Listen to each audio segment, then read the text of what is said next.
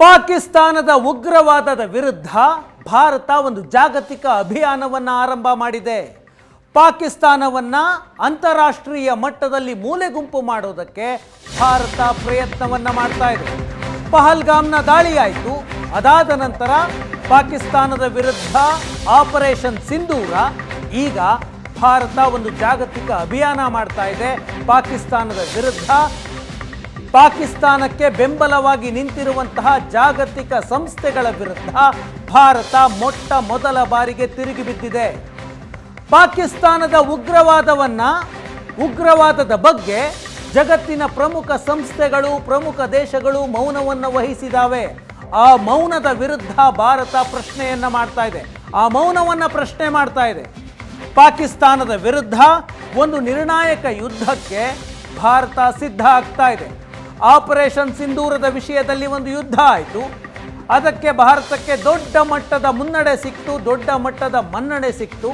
ಪಾಕಿಸ್ತಾನದ ವಿರುದ್ಧದ ಹೋರಾಟದಲ್ಲಿ, ಪಾಕ್ ಪ್ರಾಯೋಜಿತ ಉಗ್ರವಾದದ ವಿರುದ್ಧದ ಹೋರಾಟದಲ್ಲಿ ಈಗ ಅಂತಾರಾಷ್ಟ್ರೀಯವಾಗಿ ಪಾಕಿಸ್ತಾನವನ್ನು ಮೂಲೆಗುಂಪು ಮಾಡುವಂತಹ ಪ್ರಯತ್ನವನ್ನು ಭಾರತ ಆರಂಭ ಮಾಡಿದೆ.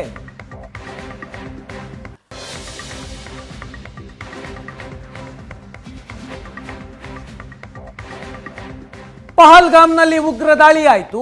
26 ಜನ ಅಮಾಯಕರು ಬಲಿಯಾದರು. ಜಗತ್ತಿನ ಅಷ್ಟೂ ದೇಶಗಳು ಪಹಲ್ಗಾಮ್ನಲ್ಲಿ ನಡೆದಂತಹ ಉಗ್ರ ದಾಳಿಯನ್ನು ಖಂಡನೆ ಮಾಡಿದ್ವು. ಉಗ್ರರನ್ನು ಶಿಕ್ಷಿಸದೆ ಬಿಡಬಾರದು ಅಂತ ಅಂದವು. ಅದಾದ ನಂತರ ಭಾರತ ಆಪರೇಷನ್ ಸಿಂಧೂರ ಮಾಡಿತು. ಪಾಕಿಸ್ತಾನದ 9 ಸೇನಾ ನೆಲೆಗಳ ಮೇಲೆ ಭಾರತ ಮೇ 7ನೇ ತಾರೀಕು ದಾಳಿ ಮಾಡಿತು. ಅದಾದ ನಂತರ ಭಾರತಕ್ಕೆ ಬಂದದ್ದು ಉಪದೇಶಗಳ ಸುರಿಮಳೆ. ಪಾಕಿಸ್ತಾನದ ವಿರುದ್ಧ ದಾಳಿ ಮಾಡಬಾರದು, ಎಸ್ಕಲೇಷನನ್ನು ಕಡಿಮೆ ಮಾಡಿ, ಸಂಯಮವನ್ನು ಕಾಯ್ದುಕೊಳ್ಳಿ, ಉದ್ವಿಗ್ನತೆ ಬೇಡ, ಎರಡೂ ದೇಶಗಳು ಸಂಯಮವನ್ನು ವಹಿಸಿ, ಅಣ್ವಸ್ತ್ರ ದೇಶಗಳಿದ್ದೀರಿ ನೀವು, ಜಗತ್ತಿನ ಮೇಲೆ ಬಹಳ ಅಪಾಯಕಾರಿಯಾಗುತ್ತೆ, ಈ ರೀತಿಯ ಉಪದೇಶಗಳು ಬಂದವು. ಆಗ ನಮ್ಮ ವಿದೇಶಾಂಗ ಸಚಿವ ಜೈಶಂಕರ್ ಸ್ಪಷ್ಟವಾಗಿ ಹೇಳಿದ್ರು, ನಮಗೆ ಬೇಕಾಗಿರುವುದು ಉಪದೇಶ ಮಾಡುವ ಸ್ನೇಹಿತ ದೇಶಗಳಲ್ಲ, ಪಾರ್ಟ್ನರ್ಸ್ ಬೇಕು, ಪ್ರೀಚರ್ಸ್ ಬೇಡ. ಸ್ನೇಹಿತರು ಬೇಕಾಗಿದ್ದಾರೆ, ಉಪದೇಶ ಮಾಡುವವರು ಬೇಡ ಅಂತ ಸ್ಪಷ್ಟವಾಗಿ ಹೇಳಿದ್ರು. ಈಗ ಪಾಕಿಸ್ತಾನದ ಉಗ್ರವಾದದ ವಿರುದ್ಧ ಜಗತ್ತು ಮೌನ ವಹಿಸಿರೋದನ್ನು ಭಾರತ ಮೊಟ್ಟ ಮೊದಲನೇ ಬಾರಿಗೆ ಪ್ರಶ್ನೆ ಮಾಡ್ತಾ ಇದೆ. ಒಂದಷ್ಟು ರಾಷ್ಟ್ರಗಳ ಮೌನ ಇದೆ, ಒಂದಷ್ಟು ಇನ್ಸ್ಟಿಟ್ಯೂಷನ್ಗಳು, ಜಾಗತಿಕ ಸಂಸ್ಥೆಗಳ ಮೌನ ಇದೆ. ಒಂದು ವಿಶ್ವಸಂಸ್ಥೆ ಜಗತ್ತಿನ ಶಾಂತಿ ಸುವ್ಯವಸ್ಥೆ ಕಾಪಾಡಬೇಕು ಅಂತ ಹುಟ್ಟಿಕೊಂಡಂತಹ ಸಂಸ್ಥೆ. ಪಾಕಿಸ್ತಾನ ಉಗ್ರವಾದವನ್ನು ಪ್ರಯೋಜನೆ ಮಾಡುತ್ತೆ ಅಂತ ಗೊತ್ತಿದ್ದೂ ಕೂಡ ಪಾಕಿಸ್ತಾನ ಮತ್ತು ಭಾರತವನ್ನು ಒಂದೇ ಸಾಲಿನಲ್ಲಿ ನೋಡ್ತಾ ಇದೆ. ಸರಿಸಮಾನ ದೇಶಗಳು ಅಂತ ನೋಡ್ತಾ ಇದೆ. ಎಸ್ಕಲೇಷನ್ ಕಡಿಮೆ ಮಾಡಿ, ಉದ್ವಿಗ್ನತೆಯನ್ನು ಕಡಿಮೆ ಮಾಡಿ, ಎರಡೂ ದೇಶಗಳು ಸಂಯಮವನ್ನು ವಹಿಸಿ ಅಂತ ಪಾಠ ಮಾಡಿದ್ದು ಇದೇ ವಿಶ್ವಸಂಸ್ಥೆ. ಎರಡೂ ದೇಶಗಳು ಅಣ್ವಸ್ತ್ರಗಳನ್ನು ಹೊಂದಿದ್ದೀರಾ, ನೀವು ಯುದ್ಧಕ್ಕಿಳಿಬಾರ್ದು, ಸಂಯಮ ವಹಿಸಿ ಅಂತ ಉಪದೇಶ ಮಾಡಿದಂಥದ್ದು ಈ ವಿಶ್ವಸಂಸ್ಥೆ. ಇದಾದ ನಂತರ IMF, ಇಂಟರ್ನ್ಯಾಷನಲ್ ಮಾನಿಟರಿ ಫಂಡ್, ಜಗತ್ತಿನ ಯಾವುದೇ ದೇಶಗಳು ದಿವಾಳಿಯಾದರೆ ಸಾಲ ಕೊಡುವಂತಹ ಸಂಸ್ಥೆ, ಈಗ ಪಾಕಿಸ್ತಾನಕ್ಕೆ ಸಾಲ ಕೊಡ್ತಾ ಇದೆ. ಇಂತಹ IMF ವಿರುದ್ಧ ಬಹಿರಂಗವಾಗಿ ಭಾರತ ಮಾತನಾಡ್ತಾ ಇದೆ. ಮತ್ತೊಂದು FATF, financial action task force, terror financing ಆಗಬಾರದು ಅನ್ನುವ ಕಾರಣಕ್ಕೆ ರಚಿತವಾಗಿರುವಂತಹ ಸಂಸ್ಥೆ. ಈ ಸಂಸ್ಥೆಯ ವಿರುದ್ಧವೂ ಕೂಡ ಭಾರತ ಮಾತನಾಡ್ತಾ ಇದೆ. ಜೊತೆಗೆ ಅಂತಾರಾಷ್ಟ್ರೀಯ ಪರಮಾಣು ಶಕ್ತಿ ಸಂಸ್ಥೆ, international atomic energy institution, atomic energy agency, ಇದರ ವಿರುದ್ಧ ರಾಜನಾಥ್ ಸಿಂಗ್ ಮಾತನಾಡ್ತಾ ಇದ್ದಾರೆ. ಮೊದಲಿಗೆ ನಾನು ರಾಜನಾಥ್ ಸಿಂಗ್ ಅವರು ಏನು ಮಾತನಾಡಿದ್ರು ಅನ್ನೋದನ್ನು ಹೇಳ್ತೀನಿ. ಉಗ್ರರಿಗೆ ಕೊಟ್ಟ ಸಾಲ ಪಾಕಿಸ್ತಾನದ ಉಗ್ರರಿಗೆ ತಲುಪುತ್ತೆ, ಪಾಕಿಸ್ತಾನಕ್ಕೆ ಕೊಟ್ಟ ಸಾಲ ಉಗ್ರರಿಗೆ ತಲುಪುತ್ತೆ ಅಂತ ನೆನೆ ಬಹಿರಂಗವಾಗಿ ರಾಜನಾಥ್ ಸಿಂಗ್ ಮಾತನಾಡಿದ್ದಾರೆ. ಉಗ್ರರನ್ನು ಪೋಷಣೆ ಮಾಡ್ತಿರುವಂತಹ ಪಾಕಿಸ್ತಾನಕ್ಕೆ ಯಾಕೆ ಸಾಲ ಕೊಡಬೇಕು ಅಂತ ಪ್ರಶ್ನೆ ಮಾಡ್ತಾ ಇದ್ದಾರೆ. IMFನಿಂದ ಇತ್ತೀಚೆಗೆ 1 ಬಿಲಿಯನ್ ಸಾಲ, ಜೊತೆಗೆ ಇನ್ನೊಂದು ಕಂತಿನಲ್ಲಿ 1.3 ಬಿಲಿಯನ್ ಸಾಲ, ಒಟ್ಟು 2.3 ಬಿಲಿಯನ್ ಸಾಲ. ನೀವು ಕೊಡುವ ಸಾಲ, ನೀವು ಕೊಡುವಂತಹ ಹಣ ಉಗ್ರರಿಗೆ ಬಳಕೆಯಾಗುತ್ತೆ ಅಂತ ರಾಜನಾಥ್ ಸಿಂಗ್ ಬಹಿರಂಗವಾಗಿ ಆರೋಪ ಮಾಡಿದ್ರು. ಯಾವುದೇ ಕಾರಣಕ್ಕೂ ಉಗ್ರರಿಗೆ ಸಾಲವನ್ನು ಕೊಡಬಾರದು, ನೀವು ಕೊಟ್ಟ ಸಾಲ ಉಗ್ರರಿಗೆ ಬಳಕೆಯಾಗುತ್ತೆ. ಈಗ ಜೈಷ್ ಎ ಮೊಹಮ್ಮದ್ನ ಮುಖ್ಯಸ್ಥ ಮಸೂದ್ ಅಜರ್ನ ಕುಟುಂಬಕ್ಕೆ 14 ಕೋಟಿ ಪರಿಹಾರ ನೀಡಿದೆ. ಯಾಕಂದರೆ ಆತನ ಕುಟುಂಬದ 14 ಜನ ಬಲಿಯಾದರು ಅನ್ನುವ ಕಾರಣಕ್ಕಾಗಿ. ಭಯೋತ್ಪಾದಕರ ಮೂಲ ಸೌಕರ್ಯಕ್ಕೆ ಹಣವನ್ನು ಒದಗಿಸ್ತಾರೆ. ಇದನ್ನು IMF ಉಗ್ರರಿಗೆ ಪರೋಕ್ಷವಾಗಿ ಹಣ ಕೊಡ್ತಾ ಇದೆ ಅಂತ ಪರಿಗಣಿಸಬೇಕಾಗುತ್ತೆ. ಪಾಕಿಸ್ತಾನಕ್ಕೆ ಸಾಲ ಕೊಡುವ ಮುನ್ನ IMF ಮರುಪರಿಶೀಲನೆಯನ್ನು ಮಾಡಬೇಕು ಅಂತ ರಾಜನಾಥ್ ಸಿಂಗ್ ಹೇಳ್ತಾರೆ.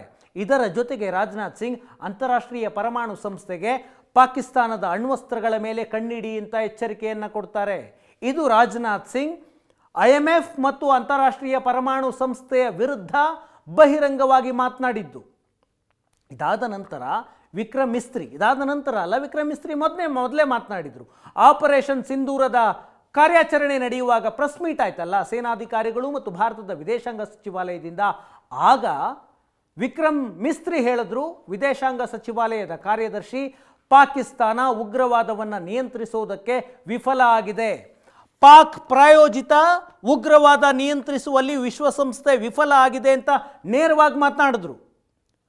ಪಾಕಿಸ್ತಾನ ಇಷ್ಟು ಉಗ್ರ ಕೃತ್ಯಗಳನ್ನು ಮಾಡ್ತಾ ಇದ್ರು, ನಾವು ಅದಕ್ಕೆ ಸಾಕ್ಷಿ ದಾಖಲೆಗಳನ್ನು ಕೊಟ್ಟರು, ಯಾವುದೇ ಕ್ರಮವನ್ನು ವಿಶ್ವಸಂಸ್ಥೆ ತೆಗೆದುಕೊಂಡಿಲ್ಲ.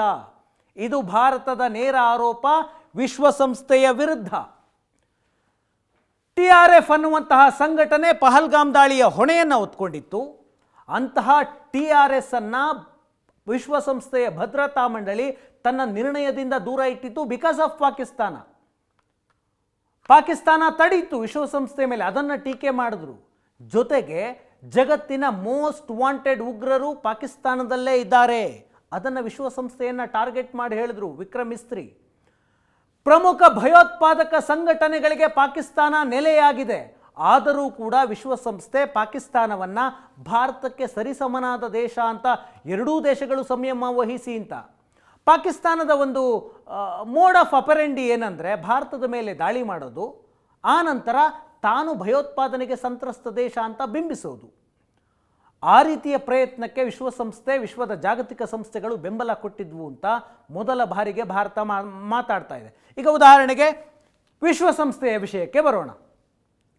ಜಾಗತಿಕವಾಗಿ ಉಗ್ರ ದೇಶವಾಗಿರುವಂತಹ ಪಾಕಿಸ್ತಾನದ ವಿರುದ್ಧ ವಿಶ್ವಸಂಸ್ಥೆ ಇದುವರೆಗೆ ಯಾವುದೇ ಕ್ರಮವನ್ನು ತೆಗೆದುಕೊಂಡಿಲ್ಲ. ಪಾಕಿಸ್ತಾನದಲ್ಲಿ ನೂರಾರು ಉಗ್ರ ಸಂಘಟನೆಗಳಿದ್ದಾವೆ.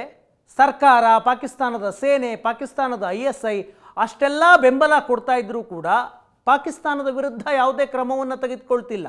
ಆದರೆ ಭಾರತ ಮತ್ತು ಪಾಕಿಸ್ತಾನವನ್ನು ಸಮಾನವಾಗಿ ನೋಡಿ, ನೀವಿಬ್ಬರೂ ಸಂಯಮ ವಹಿಸಿ ಅಂತ ಹೇಳುವ ಪ್ರಯತ್ನವನ್ನು ಮಾಡುತ್ತೆ. ಪಾಕಿಸ್ತಾನದ ಉಗ್ರವಾದವನ್ನು ನಿಯಂತ್ರಿಸುವಲ್ಲಿ ವಿಶ್ವಸಂಸ್ಥೆಯ ಭದ್ರತಾ ಮಂಡಳಿ ವಿಫಲ ಆಗಿದೆ. ಜಗತ್ತಿನ ಭದ್ರತೆಗೆ ಬೆದರಿಕೆ ಒಡ್ಡಿದ್ರೆ ಯಾರಾದರೂ ಅದರ ಬಗ್ಗೆ ವಿಶ್ವಸಂಸ್ಥೆಯ ಭದ್ರತಾ ಮಂಡಳಿಯಲ್ಲಿ ಸಭೆ ಆಗುತ್ತೆ, ನಿರ್ಣಯ ಆಗುತ್ತೆ, ಕ್ರಮ ಆಗುತ್ತೆ. ಆದರೆ ಇದುವರೆಗೂ ಪಾಕಿಸ್ತಾನದ ವಿರುದ್ಧ ವಿಶ್ವಸಂಸ್ಥೆಯ ಭದ್ರತಾ ಮಂಡಳಿಯಲ್ಲಿ ಯಾವುದೇ ಕ್ರಮ ಆಗಿಲ್ಲ. ಆ ಮೂಲಕ ಪಾಕಿಸ್ತಾನ ವಿರುದ್ಧ ಕ್ರಮ ತೆಗೆದುಕೊಳ್ಳುವಲ್ಲಿ, ಉಗ್ರವಾದದ ವಿರುದ್ಧ ಕ್ರಮ ತೆಗೆದುಕೊಳ್ಳುವಲ್ಲಿ ವಿಶ್ವಸಂಸ್ಥೆ ವಿಫಲ ಆಗಿದೆ.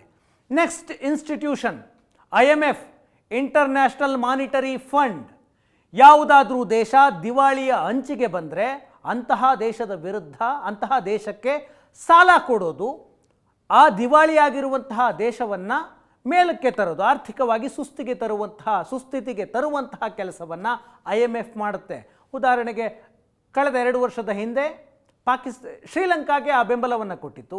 ಪಾಕಿಸ್ತಾನ ಬಿಡಿ, IMFನಿಂದ ಸಾಲ ತೆಗೆದುಕೊಳ್ಳುವ ವಿಷಯದಲ್ಲಿ ಪಾಕಿಸ್ತಾನ ಚಾಂಪಿಯನ್. ಪಾಕಿಸ್ತಾನ ಯಾವುದಾದ್ರೂ ಒಂದು ವಿಷಯದಲ್ಲಿ ವರ್ಲ್ಡ್ ರೆಕಾರ್ಡ್ ಮಾಡಿದರೆ ಅದು IMFನಿಂದ ಸಾಲ ತೆಗೆದುಕೊಳ್ಳುವ ವಿಷಯದಲ್ಲಿ.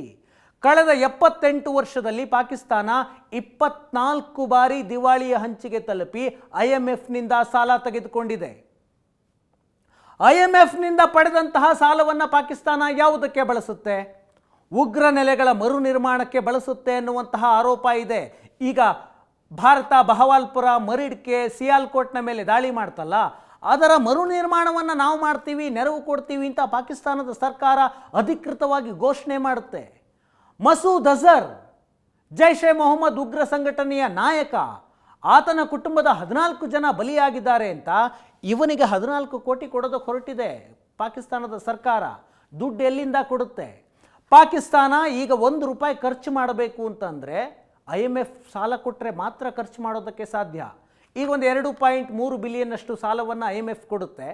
ಆ ಸಾಲದಲ್ಲಿ ಉಗ್ರ ನೆಲೆಗಳ ಪುನರ್ನಿರ್ಮಾಣಕ್ಕೆ ಮತ್ತು ಇಂಥ ಉಗ್ರಗಾಮಿಗಳ ಕುಟುಂಬಕ್ಕೆ ಪರಿಹಾರವನ್ನು ಕೊಡುತ್ತೆ. ಪಾಕಿಸ್ತಾನ ಎಂಥ ದಿವಾಳಿಯ ದೇಶ ಅಂದರೆ $1 ಬಿಲಿಯನ್ ದುಡ್ಡು ಬೇಕು ಅಂತಂದರೂ ಇನ್ನೊಬ್ಬರನ್ನು ಅಂಗಲಾಚುವಂತಹ ಸ್ಥಿತಿಗಿದೆ.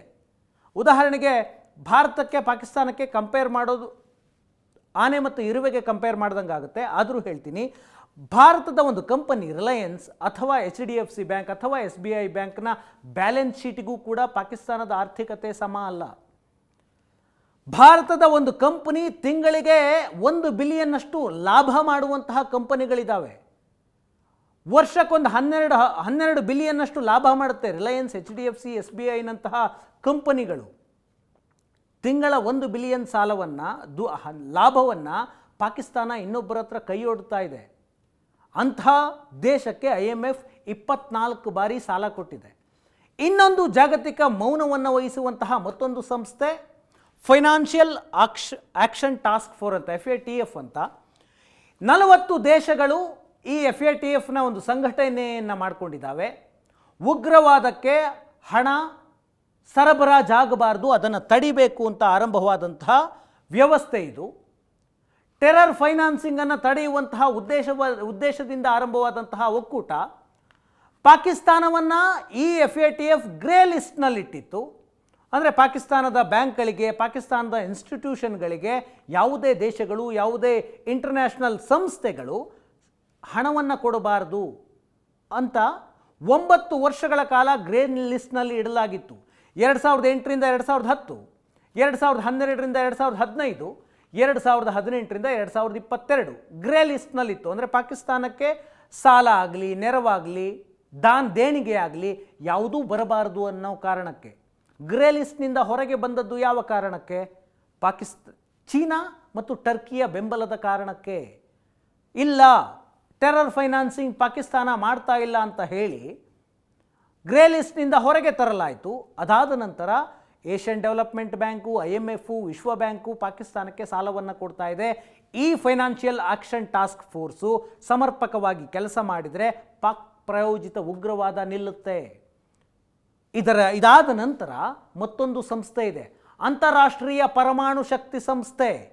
ಇದು ಸ್ಥಾಪನೆಯಾಗಿದ್ದು 1957ರಲ್ಲಿ. ಉದ್ದೇಶ ಏನು? ಯಾವುದೇ ದೇಶಗಳು ಪರಮಾಣು ಶಕ್ತಿಯನ್ನು ಶಾಂತಿಯ ಉದ್ದೇಶಕ್ಕಾಗಿ ಮತ್ತು ಎನರ್ಜಿಯ ಉದ್ದೇಶಕ್ಕಾಗಿ ಮಾತ್ರ ಬಳಸಬೇಕು ಅನ್ನುವುದು ಉದ್ದೇಶ. ಯಾವ ದೇಶಗಳು ಪರಮಾಣು ಅಣ್ವಸ್ತ್ರಗಳನ್ನು ಹೊಂದಿದ್ದಾವೆ ಆ ಅಣ್ವಸ್ತ್ರಗಳನ್ನು ಬಳಸಬಾರದು ಅಂತ ನೋಡಿಕೊಳ್ಳುವಂತಹ ಸಂಸ್ಥೆ. ಆದರೆ ಪಾಕಿಸ್ತಾನ ಮತ್ತು ಭಾರತವನ್ನು ಈ ಅಂತಾರಾಷ್ಟ್ರೀಯ ಪರಮಾಣು ಸಂಸ್ಥೆ ಈಕ್ವಲಿ ನೋಡುತ್ತೆ. ಎರಡೂ ದೇಶಗಳು ಸಮಾನ ದೇಶಗಳು, ಅಣ್ವಸ್ತ್ರವನ್ನು ಬಳಸಬೇಡಿ, ಸಂಯಮ ವಹಿಸಿ ಅಂತ ಪಾಠ ಮಾಡುತ್ತೆ. ಪಾಕಿಸ್ತಾನ ಉಗ್ರವಾದಕ್ಕೆ ಬೆಂಬಲ ಕೊಡುತ್ತೆ ಅಂತ ಗೊತ್ತಿದ್ದರೂ ಭಾರತದ ವಿರುದ್ಧ ಪದೇ ಪದೇ ಅಣ್ವಸ್ತ್ರ ದಾಳಿ ಮಾಡ್ತೀವಿ ಅಂತ ಬೆದರಿಕೆಯನ್ನು ಹಾಕಿದರೂ ಕೂಡ ಪಾಕಿಸ್ತಾನದ ವಿರುದ್ಧ ಯಾವುದೇ ಕ್ರಮ ಇಲ್ಲ. ಪಾಕಿಸ್ತಾನದ ಅಣ್ವಸ್ತ್ರ ಬೆದರಿಕೆಯ ಬಗ್ಗೆ ಒಂದೇ ಒಂದು ಬಾರಿಯೂ ಕೂಡ ಅಂತಾರಾಷ್ಟ್ರೀಯ ಪರಮಾಣು ಸಂಸ್ಥೆ ಪ್ರಶ್ನೆ ಮಾಡಿಲ್ಲ. ಪಾಕಿಸ್ತಾನದ ಅಣ್ವಸ್ತ್ರಗಳನ್ನು ವಶಕ್ಕೆ ಪಡಿತೀವಿ ಅನ್ನುವಂತಹ ಪ್ರಯತ್ನ ಕೂಡ ಆಗಿಲ್ಲ. ಅದನ್ನು ರಾಜನಾಥ್ ಸಿಂಗ್ ಪ್ರಶ್ನೆ ಮಾಡ್ತಾ ಇದ್ದಾರೆ. ಹೀಗೆ ಪಾಕಿಸ್ತಾನದ ಜಾಗತಿಕ ಭಯೋತ್ಪಾದನೆಯನ್ನು ನೋಡಿಯೂ ಕೂಡ ಜಗತ್ತಿನ ಪ್ರಮುಖ ಇನ್ಸ್ಟಿಟ್ಯೂಷನ್ಗಳು, ವಿಶ್ವಮಟ್ಟದ ಸಂಸ್ಥೆಗಳು ಮೌನವನ್ನು ವಹಿಸಿವೆ. ಆ ಮೌನವನ್ನು ಭಾರತ ಮೊಟ್ಟ ಮೊದಲಿಗೆ ಪ್ರಶ್ನೆ ಮಾಡ್ತಾ ಇದೆ. ನೀವಿಷ್ಟೂ ಇನ್ಸ್ಟಿಟ್ಯೂಷನ್ಗಳ ನಿಯಂತ್ರಣ ಯಾರ ಕೈಯಲ್ಲಿದೆ? ಜಗತ್ತಿನ ಪ್ರಮುಖ ದೇಶ ಅಮೆರಿಕ ಮತ್ತು ಯುರೋಪಿಯನ್ ದೇಶಗಳ ನಿಯಂತ್ರಣದಲ್ಲಿದೆ. ಹಾಗಾಗಿ ಅವರ ಹಿಪಾಕ್ರಸಿಯನ್ನು, ಆಷಾಢಭೂತಿತನವನ್ನು ಭಾರತ ಪ್ರಶ್ನೆ ಮಾಡ್ತಾ ಇದೆ.